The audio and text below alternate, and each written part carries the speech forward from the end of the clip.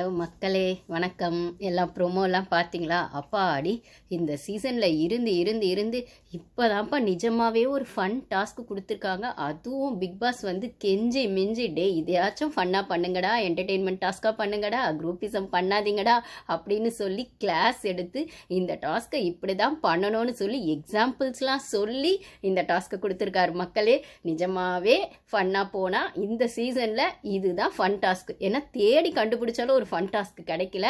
ஒரு ஃபன்னாக ஒரு இடத்துல வந்து எந்த வெஞ்சன்ஸும் இல்லாமல் சிரிக்க முடியல.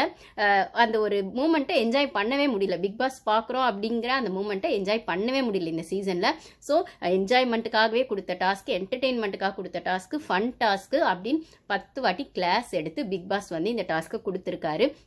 அதுதான் நீங்கள் ப்ரொமோவில் பார்த்த டாஸ்க்கு. சாம்பார் ஸ்குவாடு ஆக்சுவலாக அதை எப்படி சொல்லியிருந்தா கிச்சன் சோப் மாப் அப்படின்னு சொல்லியிருக்காங்க. கிச்சன் டீமை தான் வந்து சாம்பார் ஸ்குவாடுன்னு சொல்லியிருக்காங்க. மாப் பண்ணுறது, ஹவுஸ் கிளீனிங்கை தான் வந்து மாப் மாயாவீஸ்னு சொல்லியிருக்காங்க. அதுக்கப்புறம் வந்து சோப் அப்படின்னு சொல்கிற இடத்துல அதில் டாய்லெட் கிளீனிங், ரெஸ்ட் ரூம் கிளீனிங்கை தான், பாத்ரூம் கிளீனிங் தான் வந்து ஃப்ளஷ் ஃபைட்டர்ஸ் அப்படின்னு சொல்லியிருக்காங்க. அதையும் என்ன பண்ணிட்டாருன்னா பிக் பாஸ், நான் ஆல்ரெடி இப்போ பார்த்தீங்கன்னா அதாவது ஹோட்டல் டாஸ்கில் ஒன்று இருக்கும் இல்லைங்களா, கிச்சன் டிபார்ட்மெண்ட், கிளீனிங் டிபார்ட்மெண்ட்னு இருந்ததை அதை அப்படியே உல்ட்டாவாக மாற்றி ஹவுஸ் டாஸ்க்கை கொடுத்து நீங்கள் ரெகுலராக பண்ணுற வேலை தான்டா, இதையே ஒரு டாஸ்க்காக கொடுக்குறேன், அட்லீஸ்ட் இதையாச்சும் சண்டை போடாமல் பண்ணுங்கடா, ஃபன்னாக பண்ணுங்கடா, இதுலேயே நான் பாயிண்ட்ஸ் கொடுத்து யார் பெஸ்ட் டீம்னு சொல்கிறேன் அப்படின்னு கெஞ்சி மிஞ்சி இந்த டாஸ்க்கை கொடுத்துருக்காரு. மக்களே, நீங்கள் லைவ் பார்த்தீங்கன்னா தெரியல, நாளைக்கு 1 ஹவரில் எப்படி வருதுன்னு தெரியல. ஏன்னா எந்த சீசன்லையும் பிக் பாஸ் வந்து ஒரு டாஸ்க்கை இப்படி கெஞ்சி இப்படி பண்ணுங்கடான்னு சொல்லி ஏபிசிடி லெசன் எடுத்து தான் இந்த டாஸ்க்கு கையில் கொடுத்துருக்காரு. இதையாச்சும் ஒழுங்காக பண்ணி மக்கள்கிட்ட டிஆர்பி வாங்கி கொடுங்க. மக்கள்கிட்ட எங்களுக்கு மரியாதையே இல்லை இந்த சீசனில், இழுத்து மூடுங்கன்னு சொல்லிட்டு இருக்காங்க. நாங்கள் கஷ்டப்பட்டு வெளில போராடிட்டு இருக்கோம்டா இந்த ஷோக்காக, எதையாச்சும் ஒன்று பண்ணி கொடுங்கடா அப்படின்னு கெஞ்சி தான் இந்த டாஸ்க்கை கொடுத்துருக்காரு. என்ன பண்ண போகிறாங்கன்னு தெரில. ஓப்பனிங்லாம் பார்த்தா அசத்தலாக தான் இருந்தது நிஜமாவே. அதாவது அவர் வந்து இப்போ வந்து ஆல்ரெடி இப்போ டீம் பிரிச்சுட்டாங்க இல்லைங்களா, இந்த வீக்கெண்டில் யார் கிச்சன் டீம் எல்லாம் பிரிச்சுட்டாங்க. ஸோ இந்த டாஸ்க்கை படிக்கும் போதே வந்து விக்ரம தான் படிக்க சொன்னாங்க பிக் பாஸ். அப்போ படித்தோடனே வந்து இப்போ ஆல்ரெடி இருக்குது அந்த டீம், அதுன்னு பிரித்தோடனே அதை அப்படியே கண்டினியூ பண்ணலாமான்னு கேட்டால் இல்லைன்னு பிக் பாஸ் வந்து நான் வெயிட் பண்ணுங்க சொல்கிறேன்னு சொல்லிட்டாரு.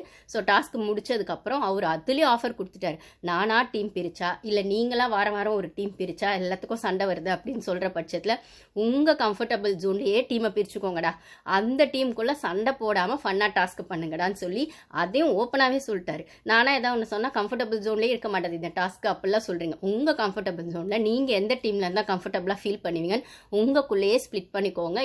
ஒரு டீமுக்கு 5 பேர், அது அந்த என்ன சொல்கிறது, அந்த ஆஃபரையும் கையிலேயே கொடுத்துட்டாரு. ஸோ அந்த வகையில் 5 பேர் டீம் பிரிஞ்சிட்டாங்க.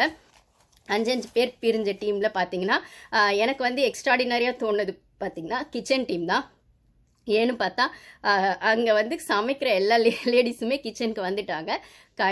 கனித்திரு, சாண்ட்ரா, திவ்யா, பாரு, வியானா, இவங்க 5 பேரும் அப்பாடி அப்படிங்கிற மாதிரி இருந்தது. ஒத்துமையாக செஞ்சிட்டாங்கன்னா ரொம்ப சூப்பராக இருக்கும். ஸோ அதுதான் கிச்சன் டீம் சாம்பார் ஸ்குவாட் அப்படின்னு சொல்கிற இடத்துல இவங்க வந்துட்டாங்க. அதுக்கப்புறம் பார்த்தீங்கன்னா வந்துட்டு எஃப்ஜே வந்து எந்த டீம், அவர் கேப்டன்னால அவர் சாய்ஸ் கொடுக்குறாங்க எந்த டீம்னா அவர் வந்து ஃப்ளஷ் ஃபைட்டர், ஸோ டாய்லெட் டீமுக்கு அப்படிங்கிற மாதிரி. ஸோ டாய்லெட் டீமில் வந்து யார் இருப்பாங்கன்னு பார்த்தீங்கன்னா எஃப்ஜே, ரம்யா, சபரி, வினோத், அமித், அரோரா. அதுக்கப்புறம் வினோத்தும் அமித்தும் வந்து சாங் வந்து ஒன்று கம்போஸ் பண்ணி பாடுறாங்க. ஸோ இனிமேல் டாஸ்க் இப்படி ஆடலான்னு ஃபன்னாக பண்ணுங்க, பொறாமப்படாதீங்க.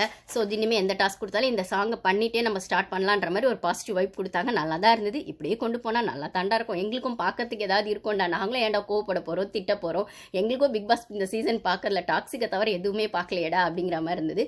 நிஜமாவே ரொம்ப நல்லா இருந்தது ஸ்டார்ட் பண்ண விதம். ஸோ அதுக்கப்புறம் அவங்கவுங்க டீம் அவங்கவுங்க இன்ட்ரோ, இதில் வந்து நான் சொல்லிட்டேன் இல்லைங்களா, மாப் மாயாவிஸ் மட்டும் என்ன சொல்ல, மாப் மாயாவிஸ் தான் விக்ரம் டீம். ஸோ இதில் லீடர் அப்படிங்கிறது கூட கிடையாது. 5 பேர் சேர்ந்து கோஆர்டினேட் பண்ணி ஒரு டீமை கொண்டு போகணும். அன்னன்னைக்கான இது வீக்லி டாஸ்க் அப்படிங்கிறதுனால அன்னன்னைக்கான ஒரு பாயிண்ட்ஸ் கிடைக்கும். அந்த டீமில் எந்த டீம் நிறைய ஸ்கோர் பண்ணியிருக்காங்க அப்படின்னு. அங்கே தான் பிரச்சனை வரும்னு நினைக்கிற வேலையெல்லாம் செஞ்சிருவாங்க. ஒரு டீம் என்ன ஸ்கோர் பண்ணுவாங்கன்றது இன்னொரு டீம் தான் ஜட்ஜ் பண்ணி பாயிண்ட்ஸ் போடுவாங்க இல்லைங்களா, அதுதான் நீங்கள் ப்ரோமோவில் பார்த்துருப்பீங்க சாண்ட்ரா போட்டது அப்படின்ற மாதிரி. ஸோ அங்கே கண்டிப்பாக பிரச்சனை வராமல் இருக்காது. ஆனால் பார்க்கலாம், அட்லீஸ்ட் கொஞ்சமாவது மண்டைக்குள்ளே ஒரு ஃபன் டாஸ்க்கு போகுதுன்னு நம்மளுக்கு ஒரு ஃபீல் இருக்க மாதிரி போச்சுன்னா நல்லா தான் இருக்கும்.